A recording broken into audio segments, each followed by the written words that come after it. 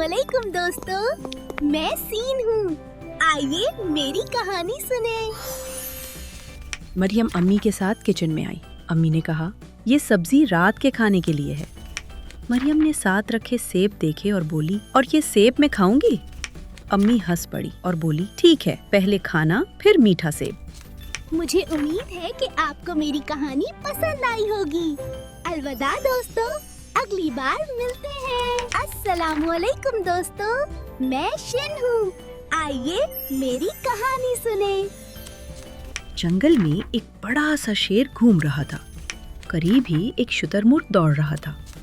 शेर ने कहा, दौड़ने में तो तुम माहिर हो। शुतुरमुर्ग बोला, और तुम जंगल के दलेर बादशाह हो। फिर वो दोनों मिलकर खेलने लगे। मुझे उम्मीद है कि आपको मेरी कहानी पसंद आई होगी। अलविदा दोस्तों, अगली बार मिलते हैं।